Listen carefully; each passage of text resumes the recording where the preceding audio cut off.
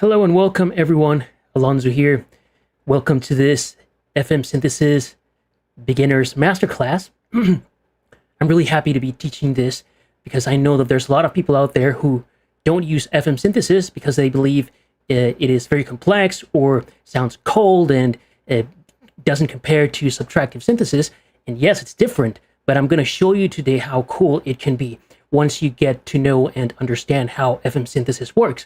So today I'm going to break it down, FM synthesis, into its simplest components possible. And I'm going to be showing Dexed along the way because it's a great Yamaha DX7 clone. But everything that I will teach you here will apply to both the DX7 and Dexed, and to a certain degree also to other FM synthesizers. Of course, modern FM synthesizers have a lot of features that we're not going to cover here and may do things differently. But in any case, what you're going to learn here will apply to all FM synths out there, right? So at the end of the day, what I want you is to get a solid understanding of the core building blocks, the core foundation of FM synthesis, so you can start using it in your productions and you can start making patches and joining in on the fun. Alrighty, so without further ado, let's get started.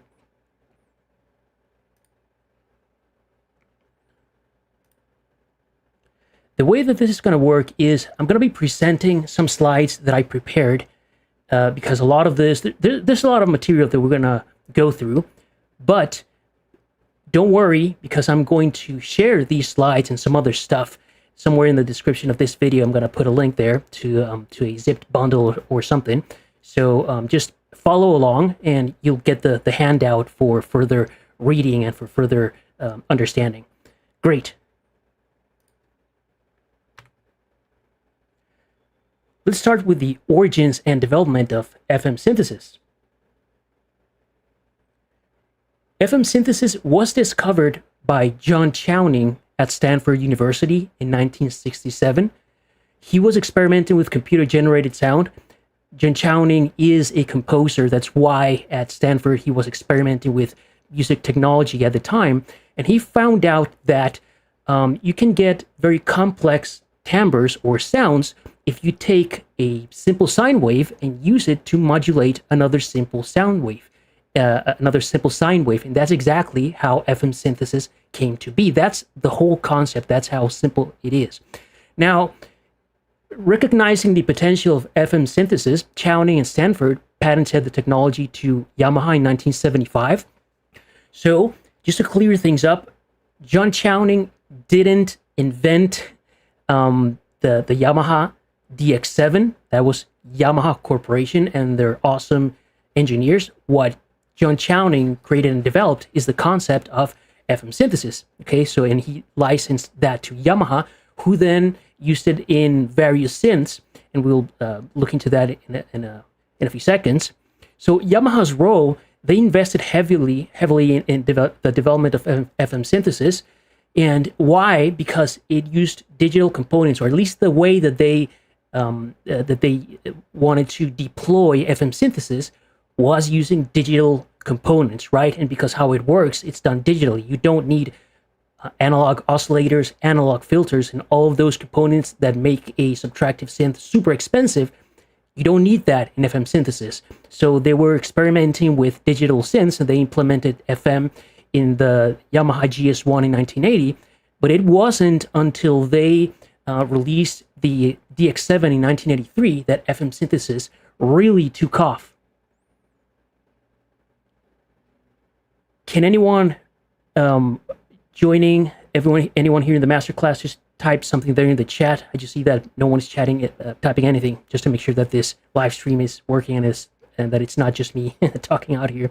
In any case, it was, and the DX7 wasn't the first FM synth that Yamaha put out. They put out a few others, but it was this one, the DX7, the one that really that exploded the market because of how great it was, how different the sounds were, and also how cheap and relatively inexpensive it was at the time when you compared it to something like the Juno or the Jupiter or the Prophet 5, the OBX, by Oberheim, those were super, super expensive synths. And this one was really inexpensive, like a third or half of what of those were. All right, I see you guys there. Awesome. Great.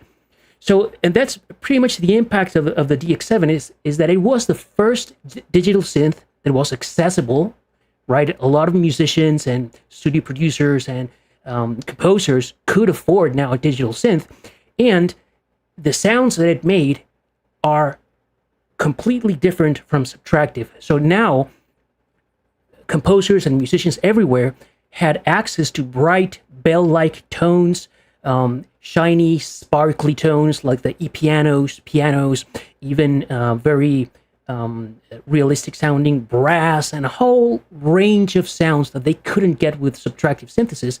They could now get it with FM, right? So that's why the DX7 was used and overused and abused in the 80s, because of how great the patches were and how different the sounds were from subtractive. And immediately they were able, musicians and producers were able to use them in a whole host of albums and tracks. Great. That was just the history in a nutshell.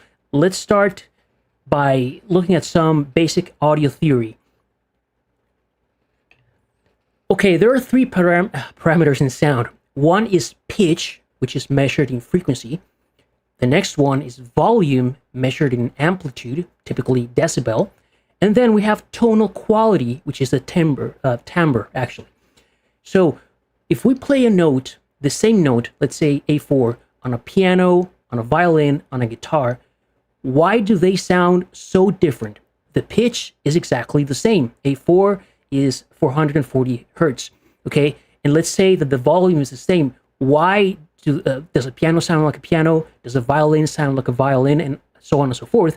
It's because of the tonal quality, or the timbre, and specifically the harmonic overtones and inharmonics, okay? So these are the three parameters of sound, and typically they will change throughout the duration of sound.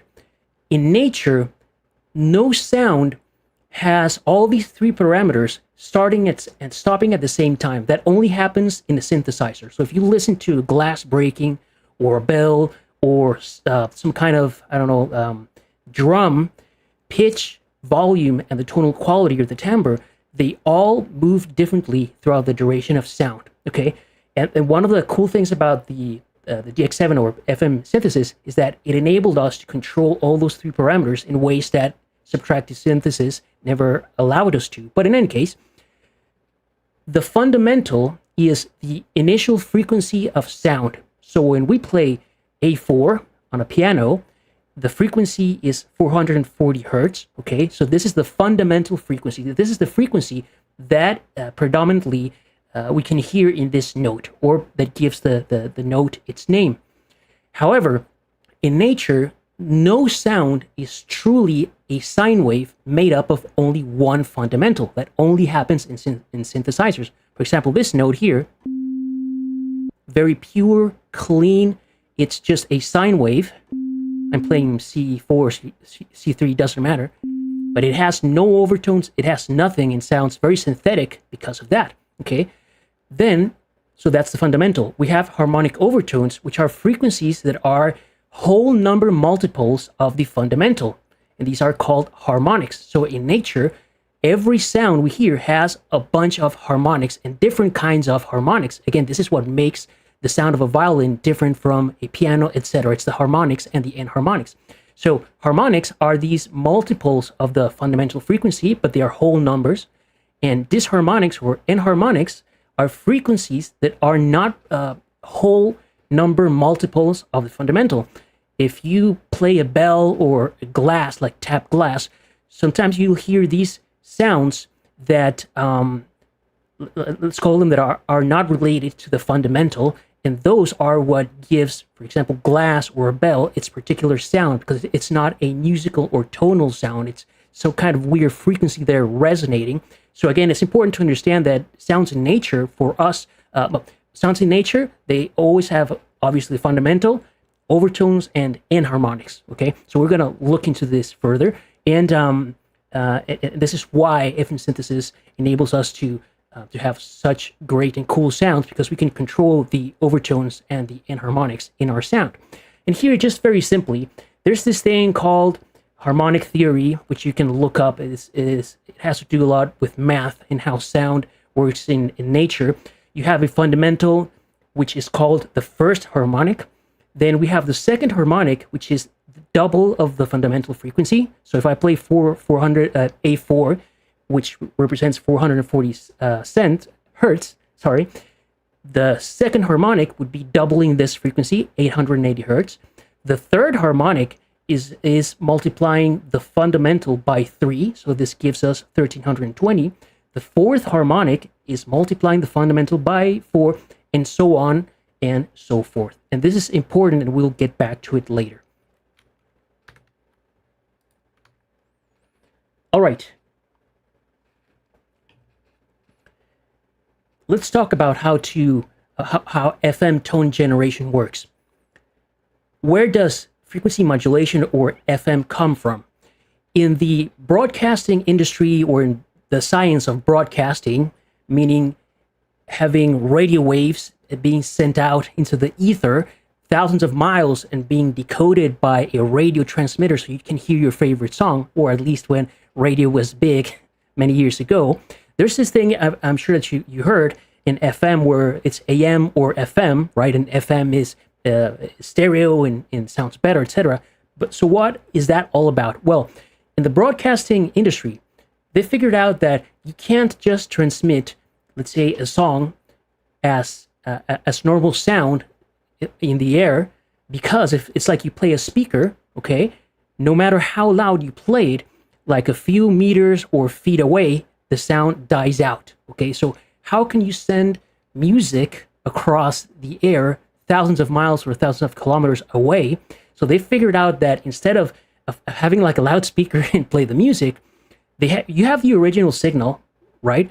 And then what you do is you place that on a carrier signal. Imagine like a bus or a vehicle. So instead of having to walk 1,000 miles, which would be super tiring, you get on a bus or a train and you get 1,000 miles away to your destination, and you get there safely, safe and sound. So the same thing applies in FM radio broadcasting. We have the carrier wave, which its only purpose is to transport our original sound wave, okay? And the original sound wave is modulated, or let's say it's embedded into the carrier wave. The carrier wave can be amplified and can reach thousands of miles outward, right? And the important thing is that we have the modulator signal, which is the signal that we want to hear in radio. We have a carrier wave, and when you modulate the carrier wave with a modulator, the important thing is that you get a third wave, which is it's not summing these two. You are modulating it, so the carrier wave or our resulting wave looks different. And this is the important concept that I'm going to get to in a second. Okay, so this wave can travel thousands of miles, and our radio receivers can decode it and turn this modulated wave into the music that we want. Great. So in FM synthesis, we use the same concept of the modulator signal and the carrier signal, or modulation wave or modulator wave and the carrier wave, and that's where it comes from. So in FM synthesis, we have a carrier, okay? This is the sound that's going to be modulated, or the waveform that's going to be modulated. We have a modulator, and we're not adding them, we're modulating one with the other, and the result is a third wave that is different from the original carrier wave. And this is what enables FM synthesis, okay? And just before we get into a few examples, I just want to mention that I'm going to try to separate FM synthesis from how Yamaha chose to deploy FM synthesis on their synths and the DX7 as much as possible, right? But there are certain things that they used that are ubiquitous, like everyone uses them. And one of those is the concept of the operator. The concept of the operator is not inherent in FM synthesis. It's not in how John Chowning, in his works, in his original papers, and how he used it. It's just how Yamaha chose to deploy FM synthesis. So the concept of an operator is that, imagine we have a box or a container inside the synth, right? in this box or this container, this object, whatever you want to call it, has an oscillator that puts out a sine wave. It has an amplifier to amplify that sine wave, and it has an envelope generator or an envelope to control the level of the amp over time. Okay, and this operator also receives pitch data from, for example, from my MIDI controller, or on the DX7 synth. When you play a note, the operator receives that pitch instruction and sends it to the oscillator. And finally, the operator also receives modulation data from other operators to create FM synthesis. Okay, so once more, this concept of the operator is something specific to Yamaha, how they chose to deploy FM synthesis, but it's very popular in almost any kind of synthesizer that you find out there. All right. And after this, we're going to take a look at, we're going to hear some examples. So, here we have a wave that is the result of modulating a carrier wave with a modulator wave when they are both at the same frequency ratio. And we'll get into the frequency ratios later. But I just want to point out that if the modulator and the carrier, they're both set to the same ratio, in this case 1:1, and we play a note, this is how it looks on the oscilloscope. Okay? Now, if we set the modulator to a different ratio, in this case 2:1, look how different the waveform looks. In this case, 1:1 ratio, this is important to remember, and it's down there in the presentation. This looks kind of like a sawtooth wave, and when you use a 2:1 ratio, this is analogous to a square wave. Okay, but if you set the modulator 3:1, you'll get a different kind of wave, and this is important. Depending on how you set the frequency or the ratio of your modulator and your carrier, you will get different kinds of waves. They will sound different, and this is why you can create so many tones with FM synthesis. Whereas on a subtractive synthesizer, you have typically 2 or 3 waveforms. Most have sawtooth wave and a square wave, or maybe they call it pulse wave, or what's the other name? Well, a pulse, right? Almost no subtractive synthesizer has a sine wave because it's almost useless. And triangle waves, very few have them. Digital synthesizers do, but in any case, they have 2 or 3 subtractive synthesizers. And with FM, as you will see later, you can create like so many waves that they don't have actual names, right? But that's why you can create so many different sounds with this. And finally, what I just want to show you here is that if you take 2 waves that are in the same ratio and you play them at the same time, this is adding, right? What you get is just the same waveform, but just in a higher amplitude. It just sounds louder, right? So this is just playing 2 waveforms at the same time. This is how it looks. And this is the result of FM synthesis. It's quite different. The same here. We have one wave that's twice the frequency ratio as the other wave. When we play them together, this is how it looks on the oscilloscope, and it has a certain kind of sound. But if I modulate a carrier wave with a 2:1 ratio, this is how it looks, completely different. And the same thing with a wave that's set to 3 times the frequency of another wave. This is how it looks, right? And this is how it would look using FM synthesis. All right, let me show you some examples right now. And I hope you guys aren't dizzy. I'm trying to simplify all the math and all this as much as possible, but some of it, I believe it is worthwhile to understand. So when you read articles, blog posts, and buy books about FM synthesis, you need to understand some of these concepts, and I'm just trying to give you the fundamentals. All right, so here I have Dexed. No matter what it's doing, I'm just playing one simple sine wave. And check here the oscilloscope, how pure it looks. Okay, this is its shape, it's symmetric. And if we check the spectrometer, we see it only has one fundamental, or one harmonic, which is the fundamental. If I play another note somewhere else, the harmonic is in a different place, obviously, but check that the waveform looks exactly the same. No matter where I play it, it has the same shape, okay? and it only has one overtone. This is a pure waveform, and like I said, you don't find this in nature, only in synthesizers made by man. Great. Here I have this operator modulating this other operator here. Operator 2 is playing the role of a modulator, and it's going to modulate operator 1, which is serving as a carrier. Great. Now, right now, let me turn this off. Okay, you see that operator 2 is active, but we hear a sine wave. There's nothing going on. Yeah, the reason for that is that the level of operator 2 currently is set to 0. And what creates FM synthesis is the output level of the modulator modulating the carrier. Or said differently, you can have an operator like this or a modulator patched into a carrier, but unless you turn up the level of the modulator, no FM is going to happen. All right, so watch as I play a note and raise this level here. You watch how the waveform will start to look different. It'll start to shift, and you'll see here harmonics starting to appear. So let's take a look at that.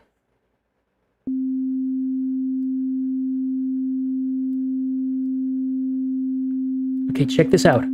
With just a very low level here of modulation, a harmonic appeared, but we can't hear it yet because it's very quiet. If I keep raising the level, for the most part, the oscilloscope and the waveform look the same. But if I keep going, watch how new harmonics are appearing. That's FM synthesis in action, my friends. If I keep going, oh, see how the waveform starts to bend. It's no longer pure as it used to be. And if I keep going, I add more and more harmonics until it gets to a point where it sounds kind of like shrill and digital. Okay, but I want you to pay attention to something. When you start adding the level, at least here on Dexed and on the DX7, you don't get a linear response, in the sense that it wasn't until I got to around the midway point that we started seeing some of the action, and when I turned it like, I don't know, like 1 o'clock or something, we start hearing it, right? All of this travel that we did before, we saw harmonics, but we didn't hear them.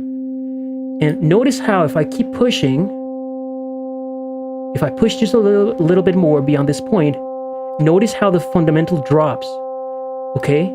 Here we can hear the fundamental very clearly, but if I keep going, it drops.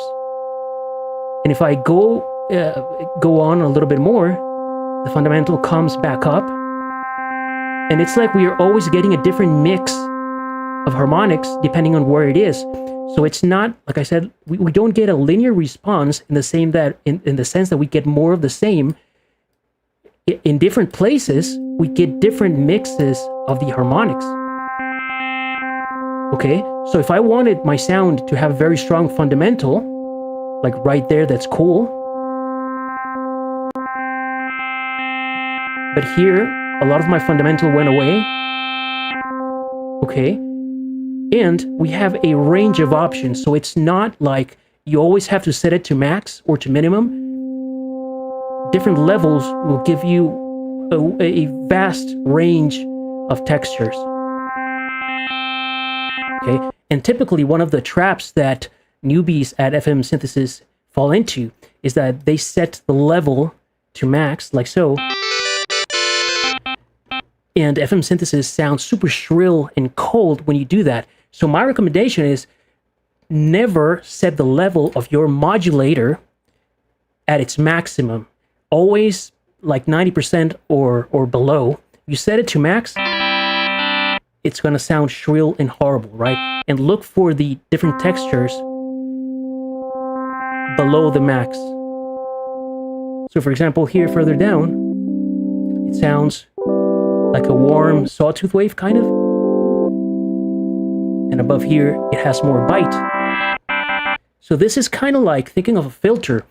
If I raise the level of my modulator, it's like I am opening the filter. For example, here, it's like I didn't have a filter in subtractive synthesis, right?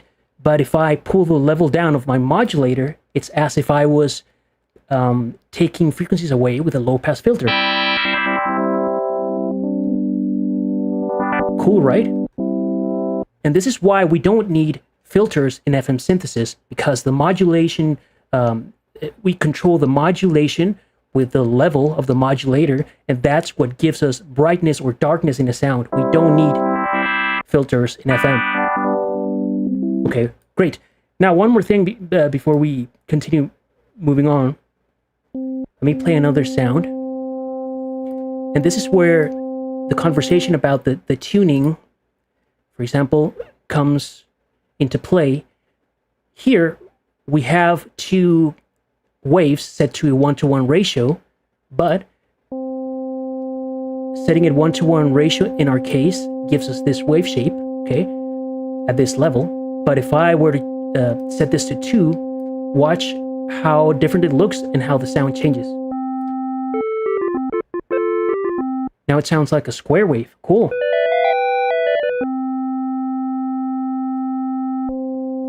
Ratio 1-to-1, 2-to-1. What about 3-to-1? Closer to a ratio of 2, but not quite. What if I keep going? Very piano-y, right? I can keep going. If it gets too shrill, I can pull back on the level. Excellent.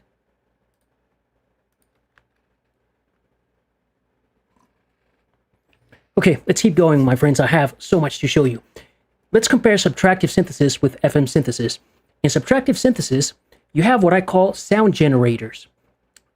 And they are the oscillators, and you typically have various waveforms: sawtooth, square, pulse, triangle, sine, etc.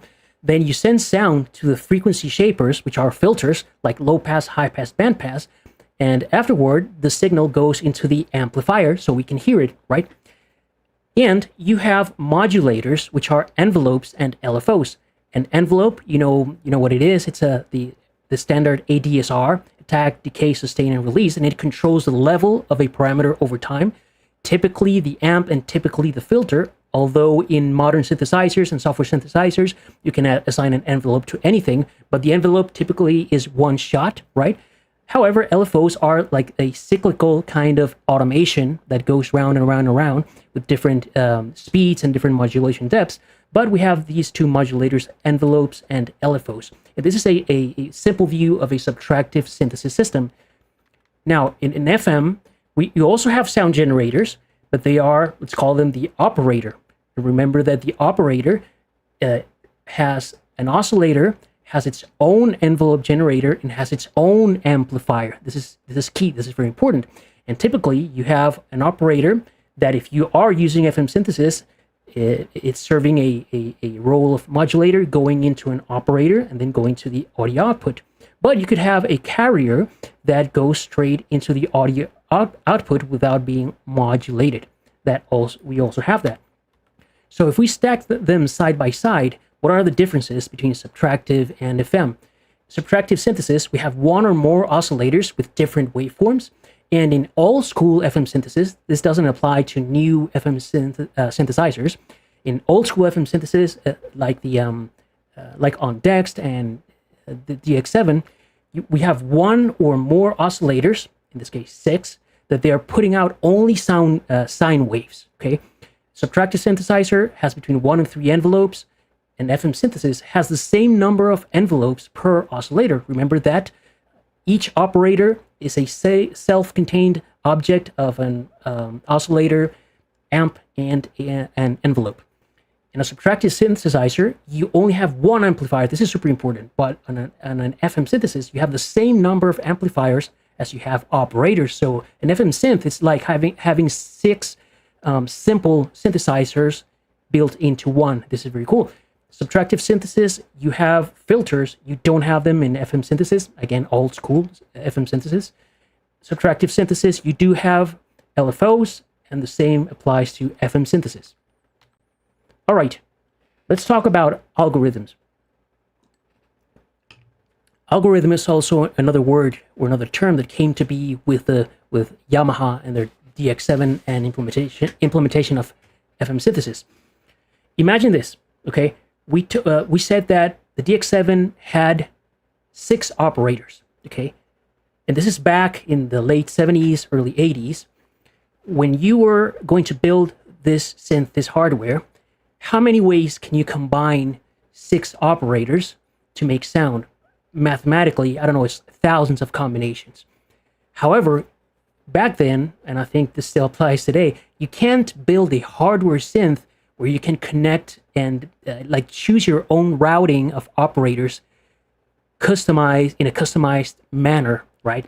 So they had to, through research and playing a lot with this, they figured out that certain combinations lent themselves to sounds that were pleasing while other combinations didn't. And at one point they said, okay, I think we found 32 combinations or hardwired combinations of operators and carriers that sound good, that are that you can that can serve as building blocks for FM synthesis. So that's why they came up with these 32 that through research they found that sounded good, right? Or that gave the synthesist enough options to make a lot of sounds.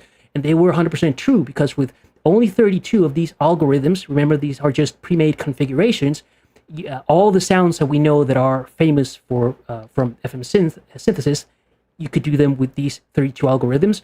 And of course, with modern FM synthesizers, a lot of them, they have the concept of algorithms, and you can choose the classic ones, but you can connect any modulator into any carrier however you want, because that's possible in software. It wasn't possible in hardware back then.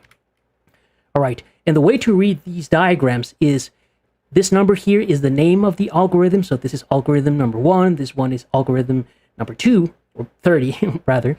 And the boxes closer to the bottom are the carriers. In this case, they are green in this this chart. So this is operator number 1 serving as a carrier, operator number 3 serving as a carrier, and the blue boxes are operators that are serving as modulators. And sometimes you have one modulator going straight into a carrier like this. This is called a simple FM stack. Or other times you have a modulator going into another modulator, going into another modulator, finally into a carrier to just to be able to make more complex sounds. And in this example, you see this like this square.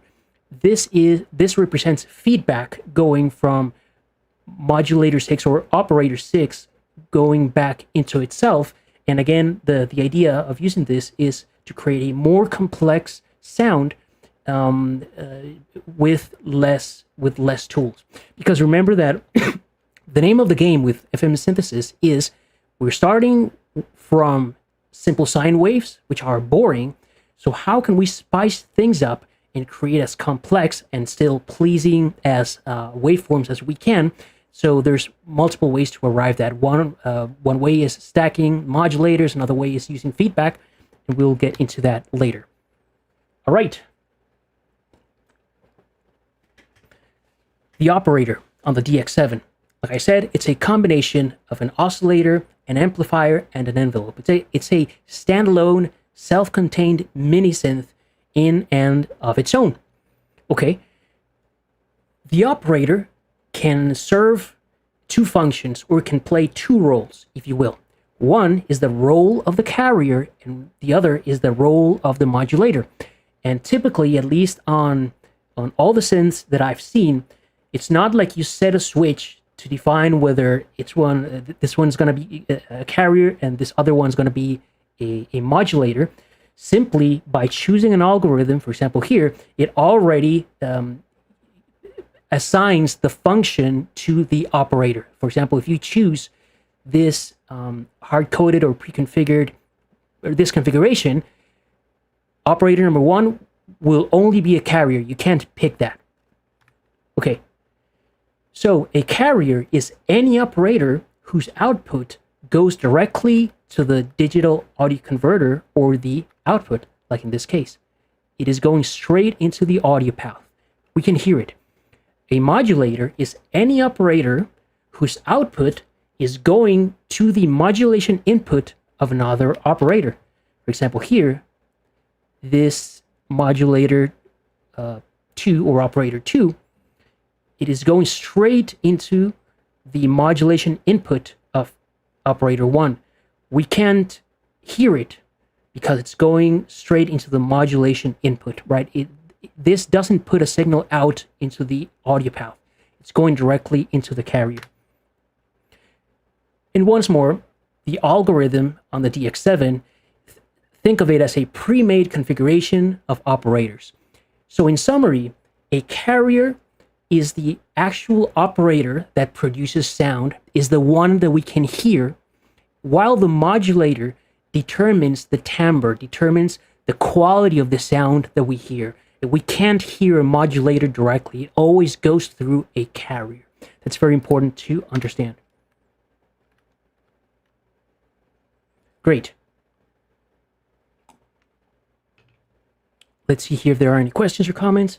I see Alistair saying brand new DX7s were sold for $2,000 back in 1983, adjusted for inflation, like $6,000. Yeah, and if I recall, like the Jupiters and the OBX, they were sold for like, I don't know, like $7,000 or $8,000.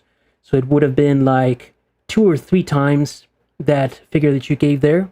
So it was like only, I don't know, like Prince could buy those things, or Michael Jackson, but the normal musician, they couldn't. And I see Lovecraft music. Sorry for the off topic. I'd like to know if you could consider covering the FB799. That's the clone of the Korg DW8000. Maybe. I don't use that synth much, to be honest, but maybe I'll look into that in the future. All right. So a couple more things about the operator. The operator in old school FM has a control to set it to ratio mode or fixed frequency mode. Now, what is that? In ratio mode, for example, here, we can see that ratio is active. When the operator is set to ratio mode, the operator will multiply the frequency that of the note that is played by the ratio value. So here we see that the ratio is set to 1. If I play A4, which is 440 hertz on my controller, the operator will multiply that frequency by 1, or in this case, by whatever the multiplier or the ratio is, and that's what we'll hear. Because it is set to 1, that's the exact same note that I'm playing. But if this ratio was set to 2, okay, my note would be multiplied by 2, so what we would hear is my note but an octave higher.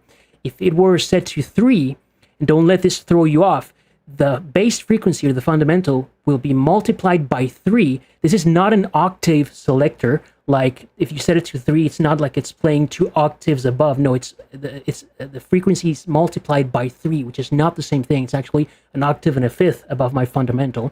So that's how we understand this. Whatever number we see here, that's what's going to be used to multiply the frequency of the note that I play. Okay, and we can set this to fixed mode. And when it's set to fixed frequency mode, the operator will ignore the notes that I'm playing, and it will only put out the frequency that I set it to. And this is helpful for making metallic, glassy kinds of sounds, or when I want to have like a particular harmonic that never changes no matter where I play. That's why you would use a fixed frequency mode to always get the same frequency no matter what notes you're playing. Then you also have a pitch coarse control, in this case here, and this is what helps us change the ratio number, and this is important, in whole number increments, at least on the DX7 and Dexed. If I turn this up, the values will change from 1 to 2 to 3 to 4, whole numbers. Then we have a pitch fine that will change in increments or non-whole number values, so I can tweak it to my liking. And finally, there's this tune or detune knob that will adjust the frequency in increments between the steps of this fine knob. Okay, so it's a way tinier detuning. And on the DX7 and Dexed, it has 7 values above this midpoint and 7 values to the left. All right. I hope that you guys are still with me, aren't dizzy, and don't want to throw up, because I know that this can be very challenging, but we'll get to some more sound examples in a little bit. All right. Another concept that you'll see a lot, sidebands and the frequency content. The modulator, when it modulates a carrier, it will create sidebands. So sidebands are harmonics or additional frequencies at both sides of my fundamental frequency. And this is the mathematical equation that tells us what sidebands will be created. So this means that with just two sine waves, you can generate tons of new harmonics, like we saw here. Let me set this back to sine wave. Both of these are set to sine wave. Obviously, I don't have another choice, but if I just increase the modulation level, we see those harmonics here appearing. That's FM synthesis. And these sidebands occur symmetrically around the carrier frequency, and there's upper sidebands and lower sidebands. I'm not going to get into this because this gets super scientific and super mathy, right? And you don't need to really memorize any of this. Just know that when you're modulating a simple sine wave with another sine wave, or with any other frequency, sidebands where additional frequency content is introduced into the sound. That's the important thing that we need to understand. And here's an important concept, and it's that the number and amplitude of sidebands or harmonics are determined by the modulation index and the ratio between the modulator and the carrier. Let me slow down and explain that again. Okay, hold on, give me a second here. Okay, I think let's take a step back. How do I know what harmonics are going to be introduced into my sound? That is going to be determined by the ratio that I'm using. So if I use a ratio, for example, 1, and I don't remember the mathematical equation, only certain kinds of harmonics will appear when I start to give this thing some modulation. Okay? So, but if I want different kinds of harmonics, if I want this to sound like a square wave, then I use a different ratio. And so on and so forth. Again, so which harmonics are going to be present in the sound is dictated by the ratio, but their amplitude or their strength is going to be defined by the modulation index, which is, in simple speak, the level of my modulator. And we can see it here. We see these additional harmonics, and if I push the level up, those harmonics will increase in amplitude, and I start hearing more and more of them, and it changes the balance as I push more or decrease. Okay? So finally, once more, which harmonics I'm going to see here is determined by the ratio between the carrier, between the modulator and the carrier, and how loud these individual harmonics are. I'm going to get them by tweaking the level of the modulator. And that's important. Because certain harmonics, for example, this one, when you set it to a 2-to-1 ratio, the harmonics sound really like a square wave. But if I set it to 1, it sounds almost like a sawtooth, right? So if I want a sawtooth wave, that's one of the recipes, you set your ratios to 1 to 1. But if you want a really square wave sound, set your modulator to 1 and your to 2 and your carrier to 1. Modulation index, you also hear this term, like I mentioned, is how much modulation you are creating in the system, and you control that with the output level of the modulator. And like we said, the level of the modulator also introduces brightness or decreases it. So you can think of the level as our modulator, as the filter cutoff control of sorts. So always, always, always, if your sound is too bright, you have to bring the level down on the modulator.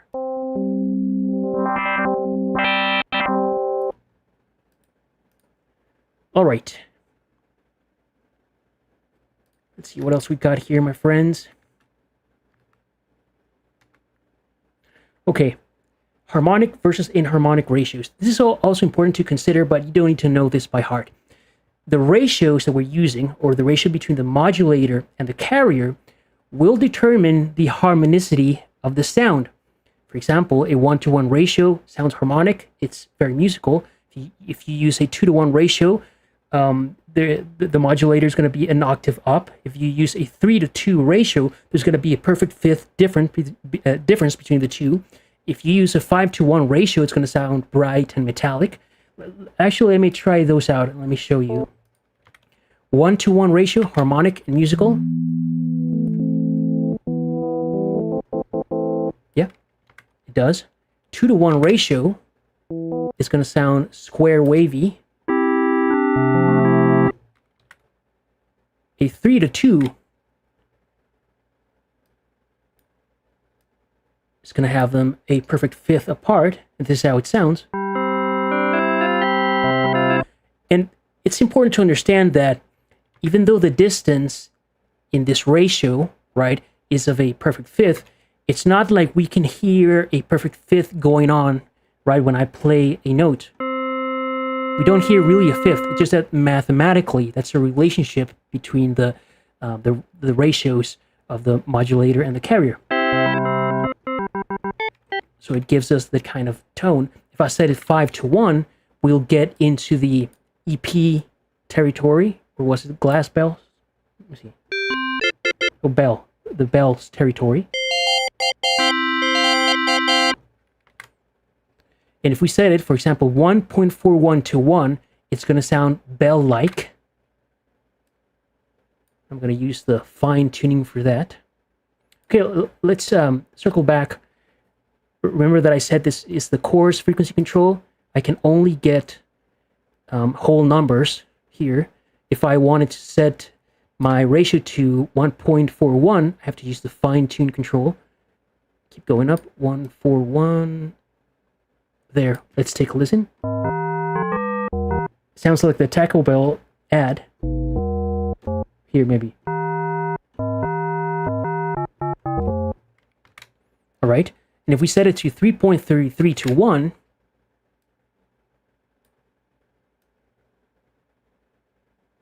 it sounds kind of like a gong, which is a percussive instrument.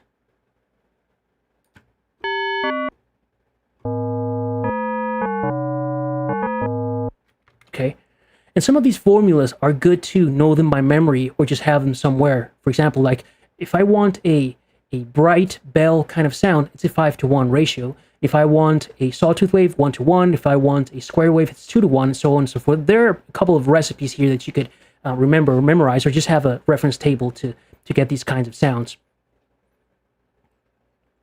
And finally, when the ratio between the carrier and the modulator consists of small numbers, the resulting spectrum is harmonic or is pleasing to the ear. But when the ratio is irrational or uses large numbers, the spectrum becomes increasingly inharmonic. So this would be ideal for metallic or bell-like textures.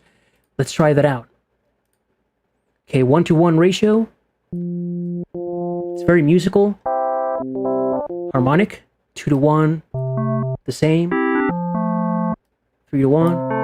But if I set this thing, let's say to like, I don't know, 16-to-1.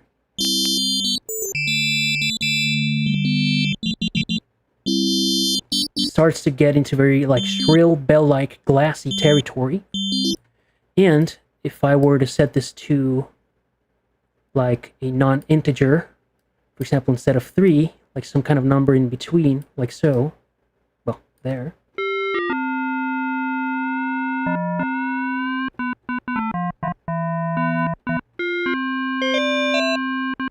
We get different textures for metallic kinds of sounds. Great. Thinking about the architecture of how you can interconnect modulators and operators, sometimes you have just a single system like this that it's very simple, just one modulator going into a carrier. This is called a single modulator carrier system, or a simple stack. And when you have various modulators like this, you can call this a stack or a cascade, right? Because this is more complex. You have one modulator going into another modulator, into another, finally into a carrier. And with a system like this, you can get a way more complex waveform to play with than if you were to just start with a simple modulator. And that's the whole point.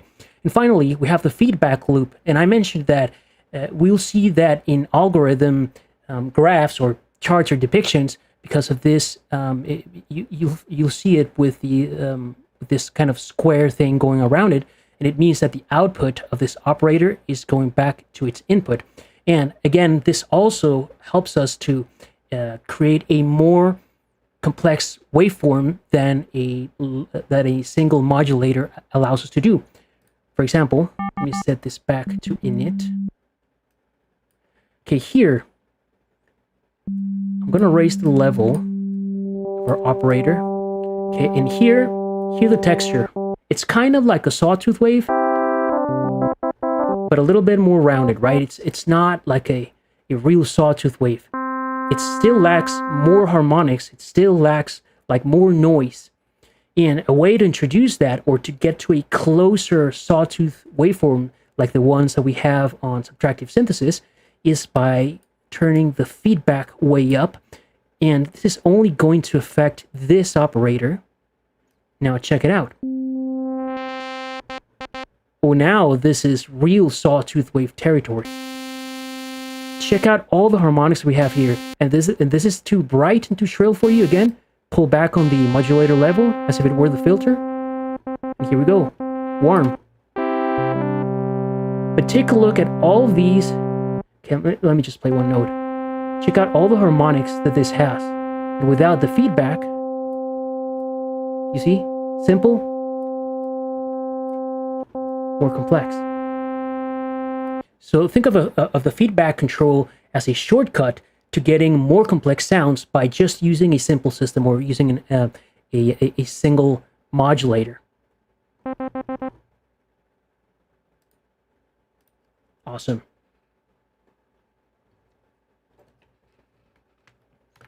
Let's see what else we got, my friends. Finally, before we get into making some sounds, let's talk about the envelopes and movement for a second. Envelopes control the time-based shaping of each operator, okay, no matter if it's a carrier or a modulator. But if we change the level of a carrier over time, remember that the carrier is the operator that we can hear, then in essence, what we're doing is control its volume. Okay, let's hear that. Right now, we can only hear operator 1. So if I tweak its level, or let's say with the envelope, all that I'm doing is automating the level control or the volume control. Okay, so if you want to lower the level or the volume, if you will, of your patch, then you have to tweak the carrier level. That's very important. Whereas the modulator envelope will control the harmonic motion, or let's call it the motion of the FM synthesis. Let's check that out. Let me give it a lot of feedback. Okay, here it is static. And it's the same as thinking of this like the filter cutoff in subtractive synthesis. I'm gonna use the envelope to have it move differently than the amp, like so.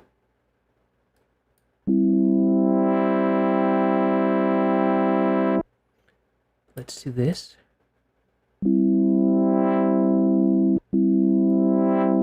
Okay, the harmonic movement of my FM patch is dictated by the level of my modulator. So if I want my modulation to move, it's not the operator level that I need to change, because this is just changing the volume. I need to change the level of my modulator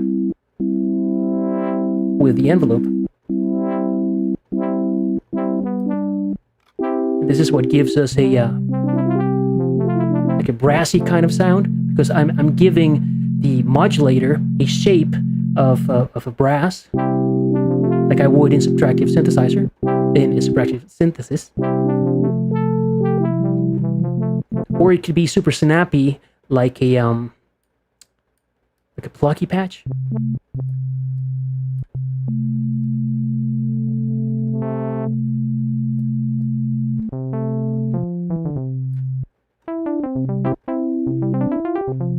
Okay. So the envelope of the modulator is what's going to help me control the harmonic motion. Couple of things. Check out my video about Dexed, where I go into full-blown tutorial about how to use it. And also check out the video that I have about how to create the classic waveforms using Dexed or FM synthesis. And also check out my latest video, which was explaining the envelopes on Dexed and on DX7, how they work. Great. And for example here, just to finish the slide, if you have a fast attack and a fast decay on the modulator, you'll get a bright percussive hit, like so. Let me just reinitialize this thing.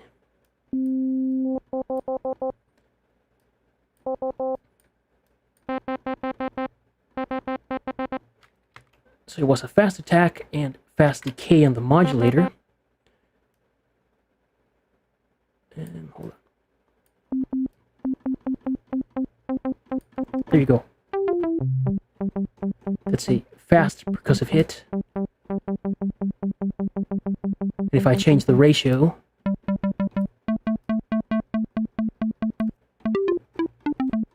sounds like a marimba or a woodblock.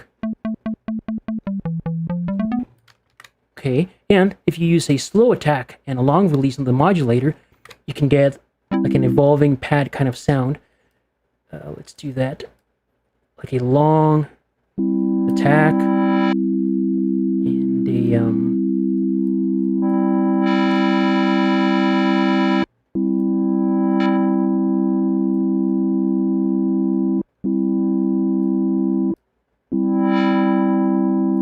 like so.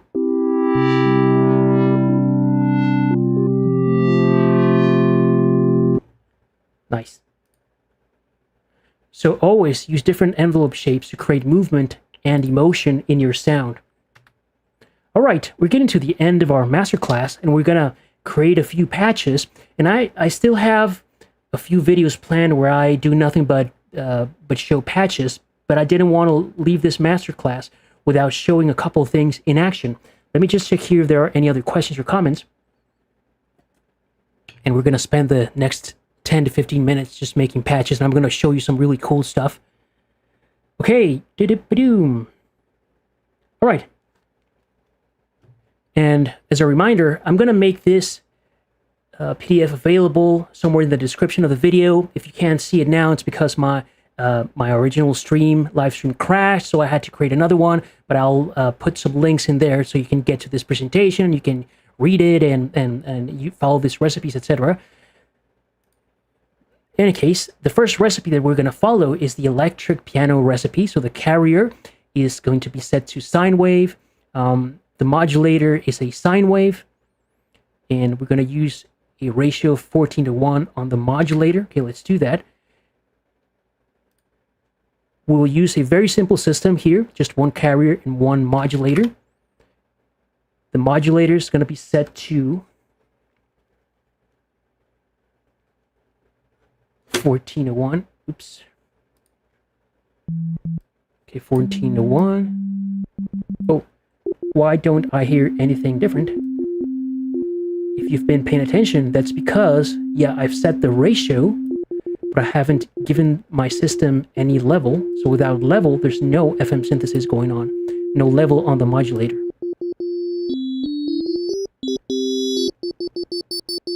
Okay, great.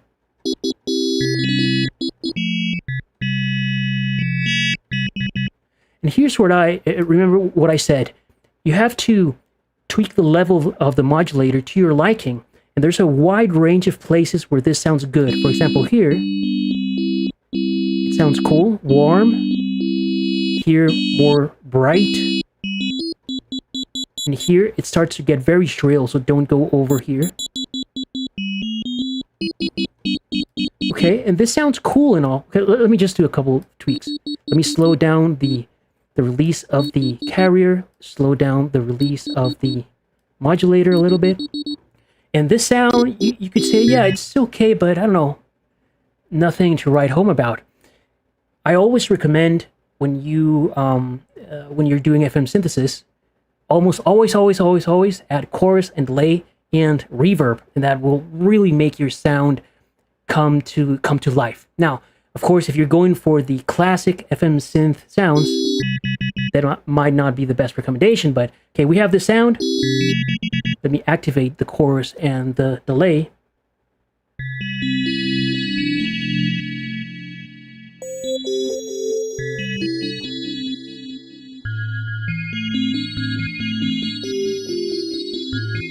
Nice, right?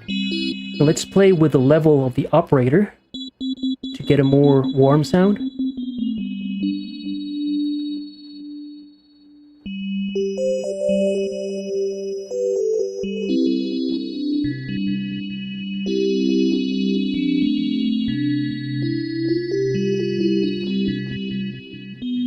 Or brighter, maybe?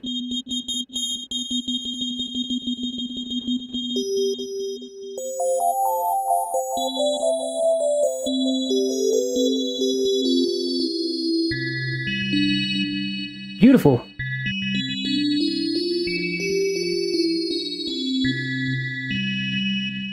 All right, and just from this very simple place where we are right now, if we tweak the envelopes of the modulator and the carrier, we can do like so many things just starting from this configuration. It's like you have no idea. For example, let's make the modulator be very plucky. So I'm going to bring down level 3, tweak the rate of level 3 on the modulator.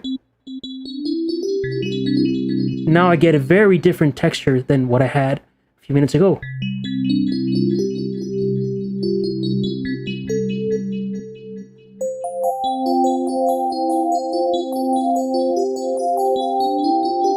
And this is beautiful. It was super simple to get here. Cool. What if we made the pluck faster?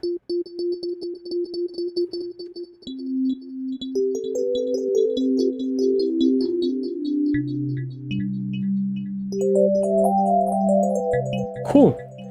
And what if we turn this kind of into a pad or a brass envelope? Let's do a pad first.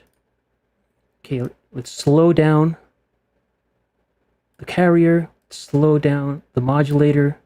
Let's give both release. And let's have the sustain change over time, so it's not like a plateau. Like so. Let's do the same with the modulator. Let's take a listen.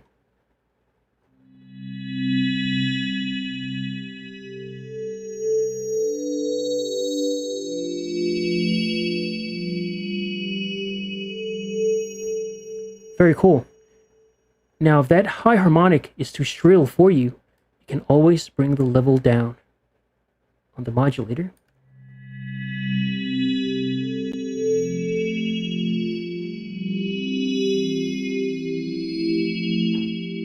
Very cool, right? Let's try out something else. So that was the electric piano and few variants. At the end, it wasn't a piano, it was like a pad. But again, just to show you from a very simple starting point, just a couple of parameters that we set up, you have like so many sounds and so many possibilities. It's not even funny. Okay, a bell. A bell is a ratio of 3:1 or 5:1. Fast attack, long decay. Okay, let's get into this. 3:1.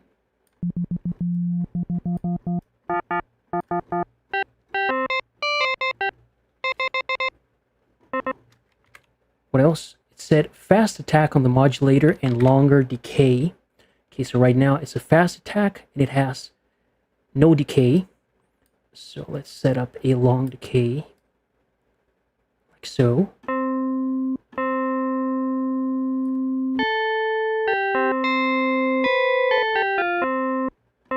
Cool.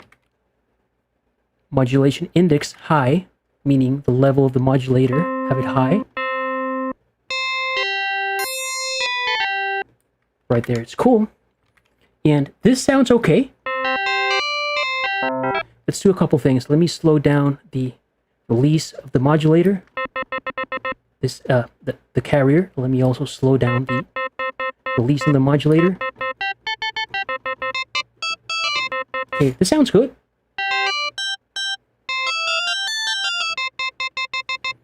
Okay, but let's activate our usual suspects.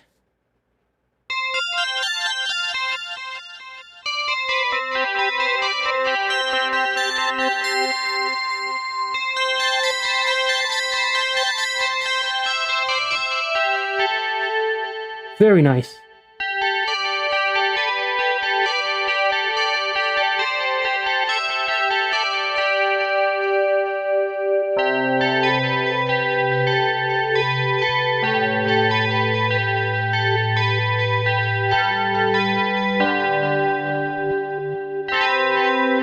Very nice.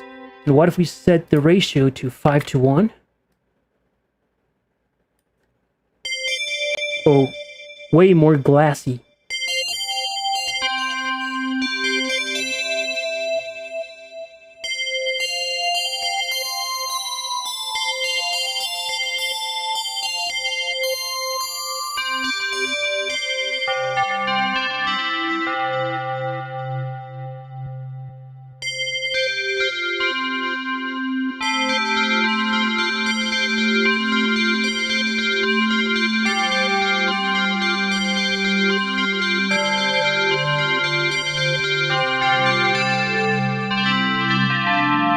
Wow, this sounded amazing. Check this out.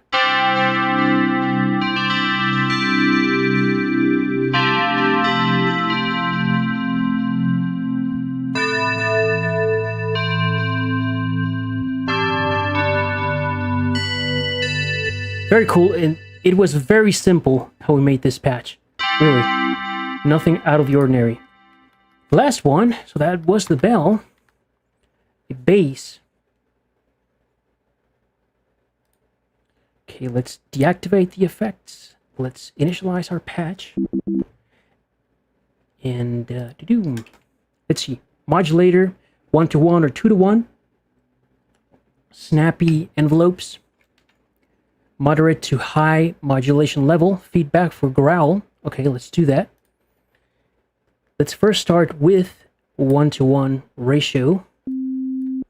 Okay, let me bring this down an octave. Okay. If you have good speakers or good headphones, you can hear this tone.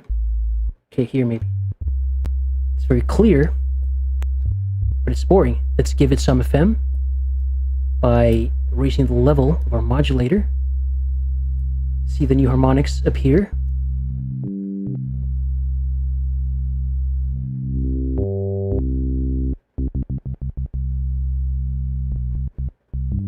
Okay, right here, it sounds good, just like an electric bass. And you may not notice it. Let me turn it off. Pure with FM. Has more growl, sounds great. Let me just slow down both of the release times on the modulator and the carrier.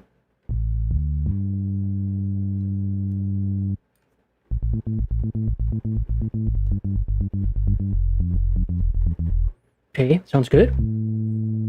If I push the level up just a little bit more on the modulator, I get more of a honky kind of sound.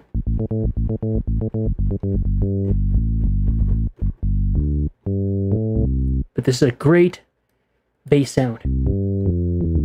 What if we gave it some feedback?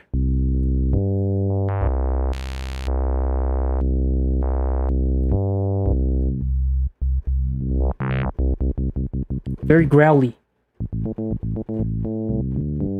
Would cut in a mix way better. Great. And let's try out the other ratio of 2:1. This will give us a completely different kind of bass. Let me turn down the feedback. This sounds like the donk bass.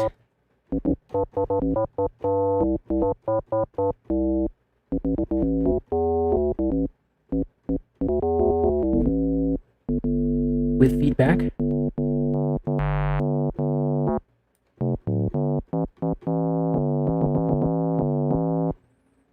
Great. Let's see what else we got. That was the bass. All right, and let me just reinitialize this thing and show you a couple more patches before we go. Let's see if there are any other questions or comments here.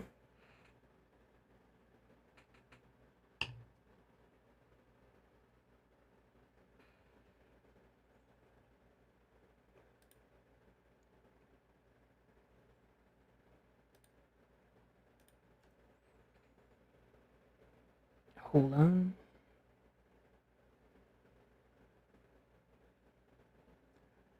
Yeah, this thing froze, so I just was worried there that nothing was happening. Okay, let's try to create some kind of simple pad.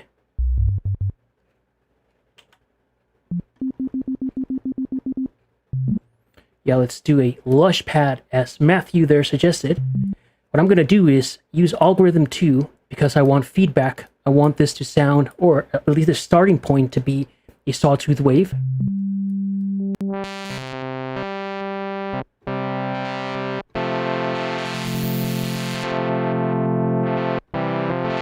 Okay, so here, that's going to be a great starting point.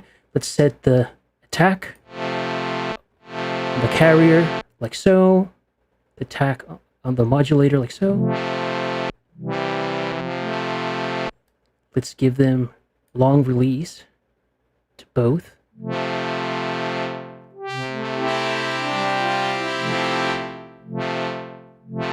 Okay. Now the sustain on both is very static. Remember what I said, no sound in nature is completely static from beginning to end. So let's give them both a bit of a different shape. So I'm going to bring down the level, at level 3 on the carrier, and slow down the rate a little bit. And let's do the same technique, but not the exact same values on the modulator.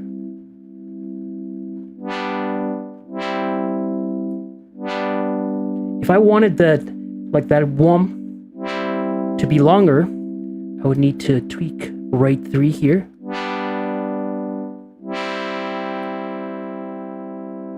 Okay, maybe I don't want the level to be so high, so I'm going to bring it down here. Hold on.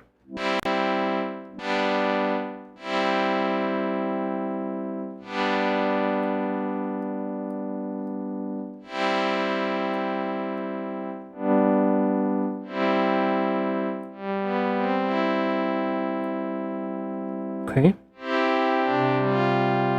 That sounds cool.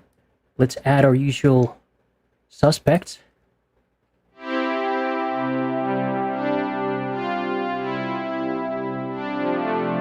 Wow, ain't that beautiful, my friends?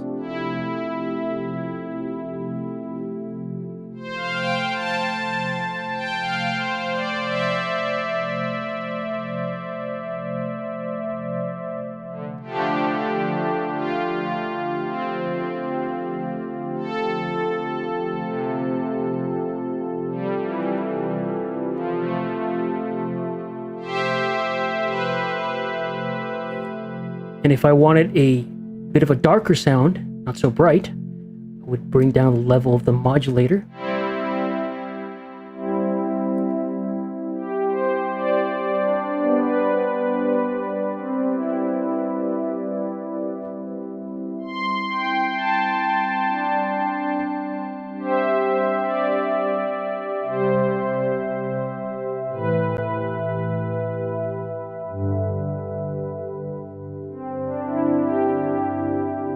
I'm getting goosebumps, my friends. Woo! Oh, man. All right, let's see. There's a question here. I can't wrap my head around the impact of modulating a modulator. Could you give some practical examples? Yes, sir. Okay, so My voice is a little hoarse today. Okay, let's start with a simple example. I'm going to deactivate these two just to make sure that I'm not controlling the wrong operators and carriers. So right now, our carrier is going to be operator 3, and we can't hear anything when I play because its level is at 0 by default on Dexed and the DX7. Okay, great. Let's add modulator 4 into the mix. Okay, hear this. If I get to this point, I have a certain texture. If I push forward, it sounds shrill and horrible. Okay. So what could I do now? If I don't want to use feedback, how could I make a more complex wave?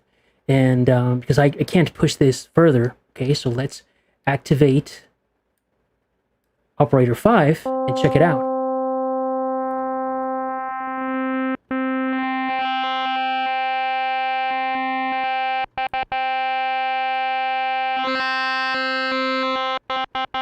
Okay, this is giving us more harmonics that we didn't have before. But if I were just to push the level, okay, maybe I could get there, maybe I couldn't, but let's use also modulator 6. Okay, so we're getting into a cool sawtooth wave territory. Okay, now the whole thing's maybe too loud. And I couldn't get here just by tweaking this one. You see, even at maximum, I don't get that tone. Okay, so this is why, by activating these other modulators, as a whole, they gave me a more complex waveform that I could arrive at, and that I couldn't with just one operator.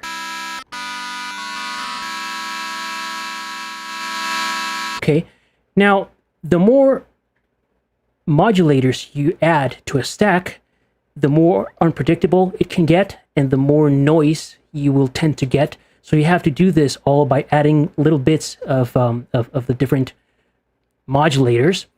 But the reason, like I said, the answer to the question is, why would you add more modulators? It's because you can get a more complex waveform modulating as a whole, modulating the carrier, than you can get with just one operator, right? But it's tricky to set them in a way that they don't create just a awful harsh digital noise. And the other thing is this, okay? Let me turn this off. Okay, I only have one modulator modulating my carrier. And if I change the ratios, okay, I get certain kinds of sounds. But my additional modulators, they also can have different ratios.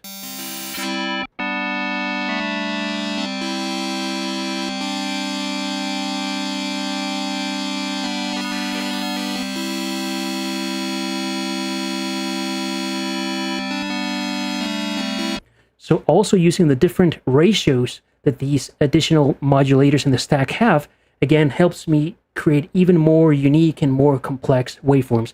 Remember that the name of the game in FM synthesis is how do we make, at the end of the day, a complex waveform starting from sine waves. That's the whole point. And certainly, my recommendation is start with a simple stack with one modulator and obviously one carrier, and really get to know your synth that way. And you'll see that most sounds, or really good sounds, you can make that way. And you don't even need a second or a third stack, right? But for certain kinds of sounds, you will need more stacks and more complex modulator routings. But for simple square waves, for simple triangle waves, and simple sawtooth waves, only one modulator and one carrier is basically what you need. Okay, let me see. Is there a rule or recipe for making metallic sounds? Yes, not a rule per se, but there are approaches that will get you a metallic sound. And maybe some of the ones that like the recipes that I included here, let me see if I can find one. Maybe this one, the 1.41 to 1, could be a good starting point. 1.41.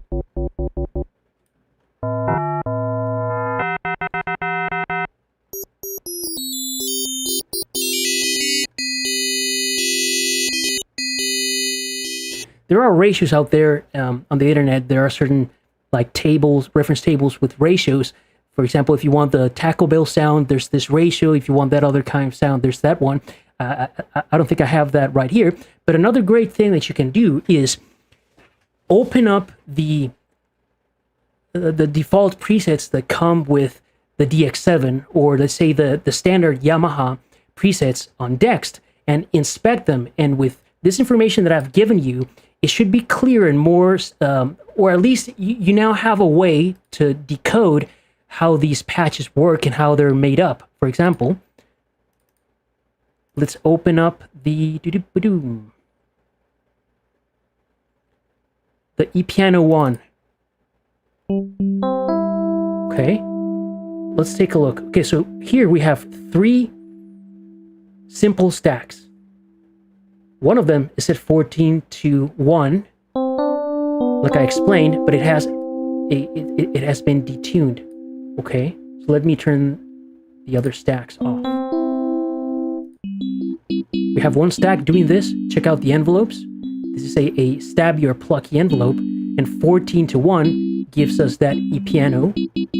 And the next stack set to 1-to-1 ratio. And the fourth stack, or actually the third stack, set to 1-to-1 ratio, but it has been detuned. So you add them all up and you get this sound.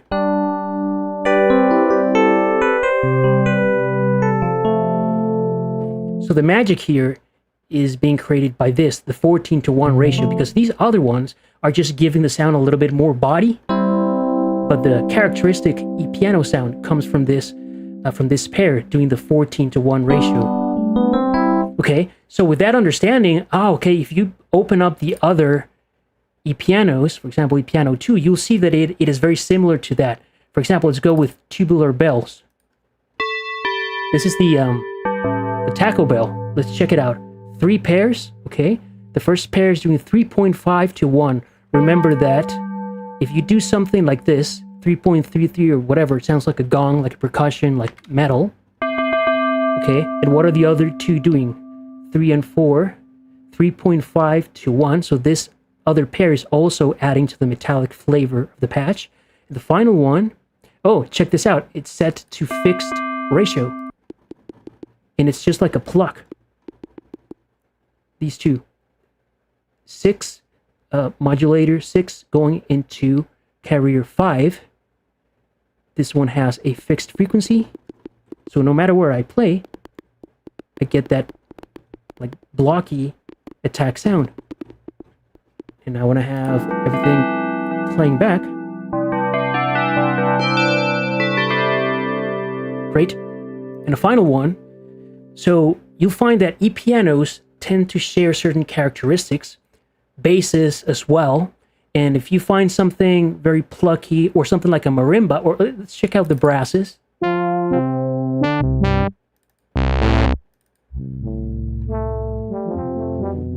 I bet this is made with 1-to-1 ratios pretty much. So this one looks a little bit more complex. So we have only one carrier, okay? But we have this modulator set to 1-to-1, this other modulator set to 1, and this stack here, all of them are set to, well, at least number 4 set to 1. These others are doing something different, just to give it a little bit more texture. And yeah, the envelopes are all doing different things. But I think we can see now that it's like you're adding, it's not additive synthesis per se, but it's like you think of a sound, like the important part of a sound, then add something else and add something else to give it body or to give it some kind of resonance or harmonic flavor. So it's like you build it little by little, piece by piece. And you'll see that the envelopes of a brass are not immediate like so. So here's the carrier, and the attack of all of the modulators are not immediate. That's important, because if all your operators have an attack like this, it's not a brass. You have to slow them down in different amounts, not all the same.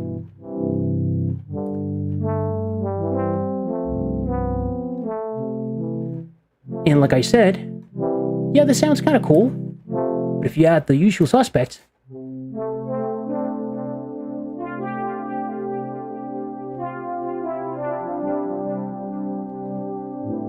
we'll be here like another 3 hours just playing patches. Oh man. Okay, let me see if my French friends here, if there still are any on the live stream, if they recognize this. Okay, hold on. Hold on.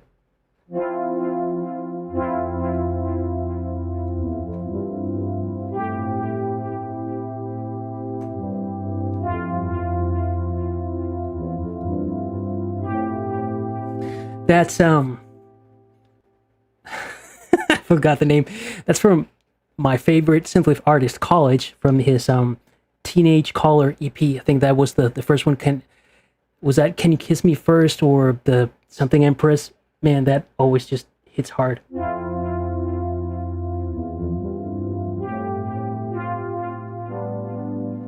In any case, that's all I had for today, guys, and I hope that you saw, after all that we went together, that at the end of the day, just starting very simply with very simple stacks, you can accomplish a lot.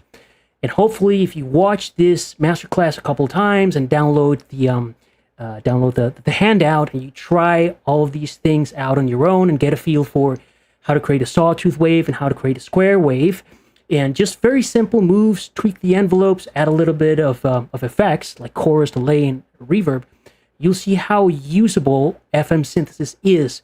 Now, I didn't get into that here, but you can make some really complex stuff with FM. If you listen to Brian Eno's music back from the 80s, like his Apollo soundtracks and the soundtracks for airports or whatever, all of that was made on the DX7. And yeah, he recorded that and fed it through tape machines and looped it back into itself and did a whole bunch of really weird stuff. But because the DX7 and Dexed are like having 6 synthesizers in one, because all operators, they can put out sound independently and individually. You can create really complex textures and soundscapes that move at different times. So that is very cool. Again, I couldn't get into that today, but experiment with all of these techniques. I hope that you found this useful. If you have any questions, let me know there in the comments. And hopefully my next step is going to be to create some videos specifically for sound design. Now that we've covered this and covered the envelopes and covered how to use Dexed, now you have a better idea of how to use FM synthesis and learn to love it and use it like I do. All right, my friends, I'm going to go, and I'll see you in the next one. Hope you found this useful. Take care.